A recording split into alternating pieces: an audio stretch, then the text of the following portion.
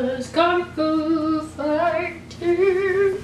Hi beautiful people, my name is Kallie and I am your friend at Philia and also Philia's creative director, and it's the greatest joy of my life. Okay, before you gather any opinions or thoughts about my current state of appearance, allow me to explain. I was in the shower, as one is 4 to 5 times a week.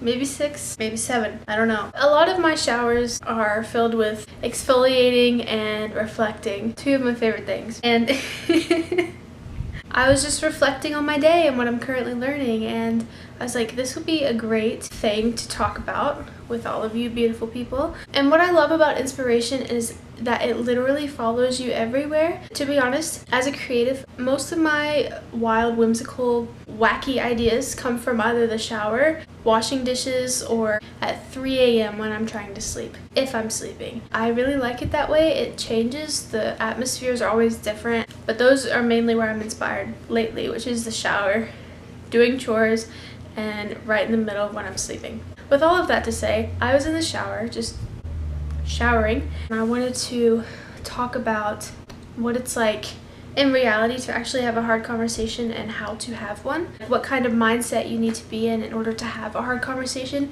not just with a friend, but with anyone.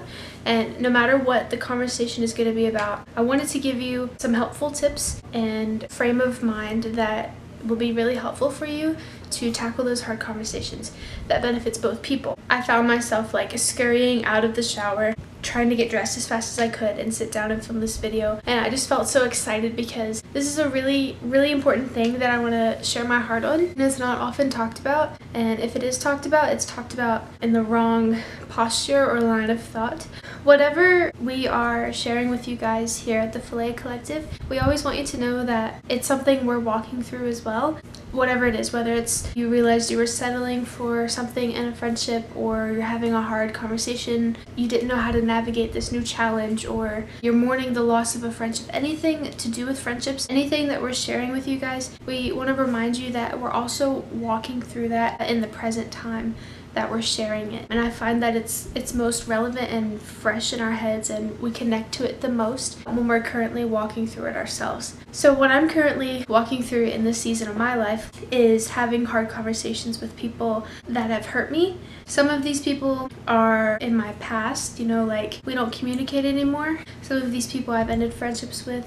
Some of these people I work with. Some of these people are even my family members. And the reason I'm having these hard conversations with these people is because there was a season of life where I felt like I couldn't, because I didn't have the confidence. I didn't know how to. I didn't know what to do. I didn't know how to express how I was feeling at the time when they did hurt me. But now I feel like there was a period of time where I had to learn and sort of get used to having hard conversations. Now it's just a no-brainer for me. It's second nature for me to just tackle something head on and be like, first thing is to have an open mind, accept that you're going to learn something. Go into the conversation assuming that you have something to learn. It's no fun to talk to anyone and just assume you have all of the facts, because sometimes a person might have said things that were just taken out of context, or you just didn't hear them the way that they meant for it to say. That leads me to my second point, which is to extend grace to this person, give this person the chance to explain their side. It doesn't excuse how they hurt you or treated you, but it does give them a chance to not only feel dignified and understood, but also just for them to explain themselves, because it could clear up a lot of tension that you might have had, or a lot of hurt feelings that you might have had, just because you didn't get full side of the story or understand what their tone might have been or how they meant to say one thing or the other. And then the third thing is that you don't have to sacrifice your own dignity when you are calling someone out on their crap, essentially. There are 3 particular conversations I am planning to have this week. One of them is with an old friend. The reason that I want to have this conversation with this person is to make peace with them, essentially explain parts of my heart to them that I didn't know how to explain at the time until I had time to process and work through and heal from it. The second part to that is, I think the way I went about ending that friendship didn't show them a lot of grace. I wasn't super empathetic, so I want to kind of mend those two together, so to speak. The second conversation that I am planning to have this week is with a family member.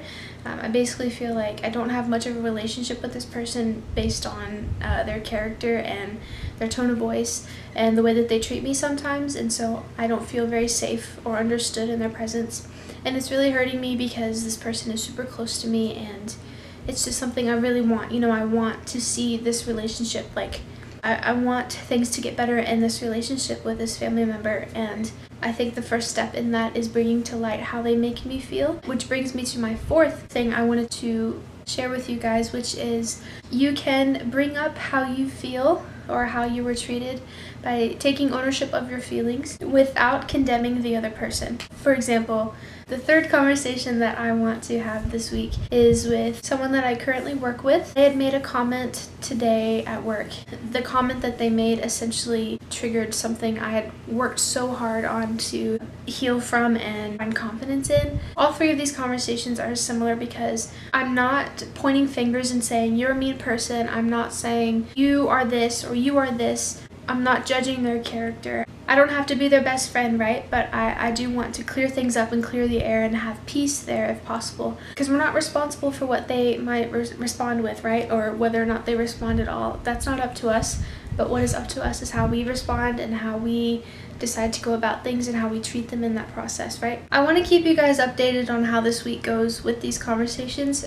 I've just been thinking and seeking out wisdom and guidance and advice for it with my best friends, and you know, just as much community as possible to join me in this process because it's hard. It's really important to have this confidence, carry this confidence within you, and approach the conversation not abandoning your confidence or that courage you have. It's kind of like something that stabilizes you, knowing no matter how they respond, no matter how this conversation goes, whether or not it goes well, that I'm going to be honest. Go into the conversation knowing that your feelings have already been validated and they can't take that away from you. And also go into the conversation knowing that this person is also important, and it doesn't mean you have to be friends again. It doesn't mean you have to be really close again. But what it does mean is that everyone deserves to be treated well, even in conflict. What I plan to do, try and find a time that works for them and works for you too. It's super important as well to just be mindful and considerate of their needs. It doesn't mean that you're letting them off the hook of what they have done,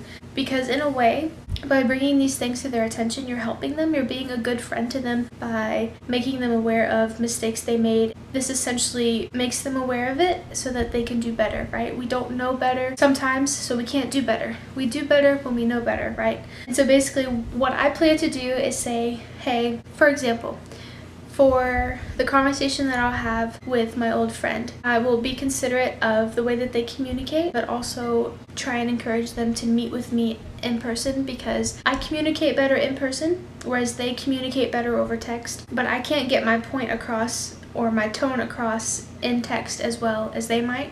Being in person or on the phone is a bit more awkward for them, and I understand that. But at the same time, the things that I am saying right now are super important. So I'm going to be super polite and respectful if they say no of that, but they're willing to text or call.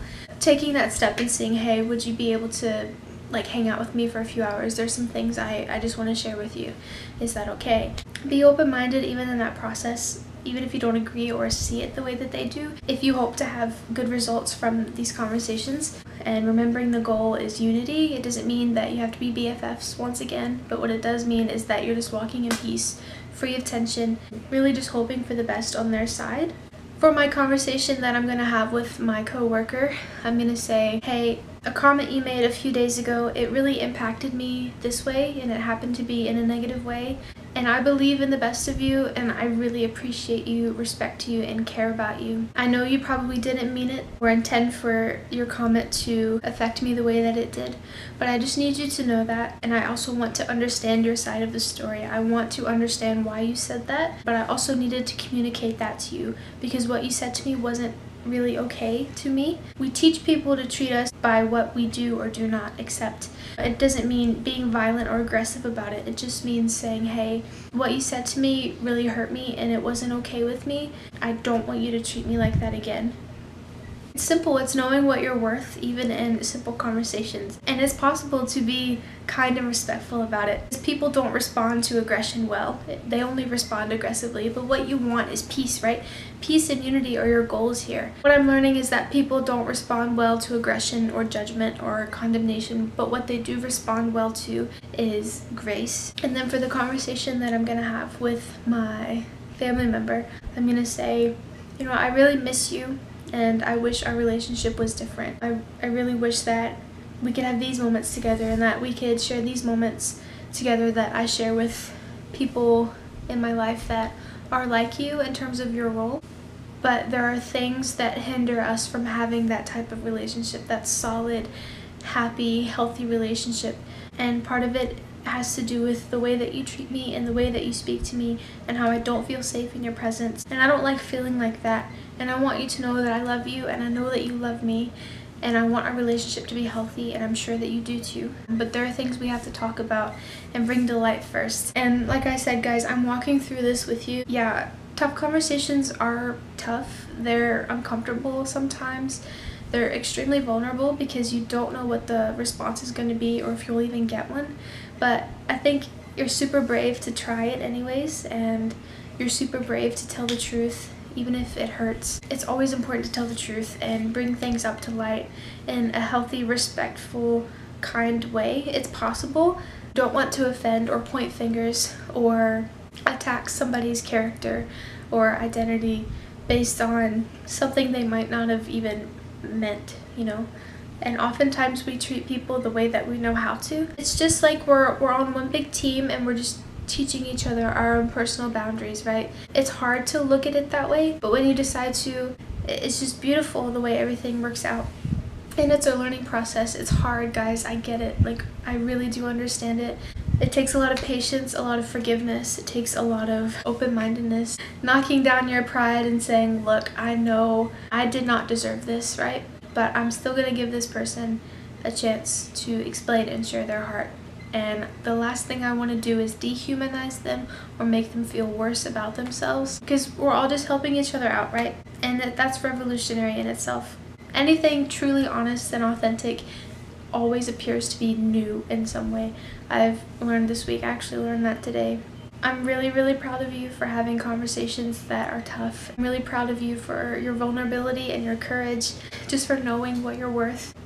If you ever need help in a tough conversation, you don't know what to do next, you're not sure where to go from here, this person hurt you even worse, or you might have said something that hurt them too and you just don't know what to do from there, like, please talk to us about it, because it seems so scary and big and at first. But your friends at Philia, we all agree that the more you have hard conversations, the more they'll just become normal conversations.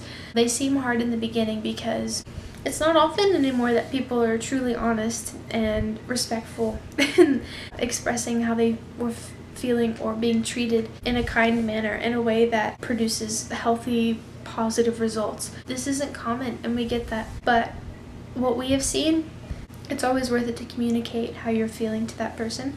At the end of these conversations, what I hope is that we're both more understood and cared for, and that there's a bit more peace and less tension, and we might feel a bit closer, even just with ourselves. Not necessarily with each other, but understanding ourselves better. At the end of each of these conversations, I just hope we have a bit more courage and strength, handle each other with care even in conflict, and confidence going forward, because that person is so important.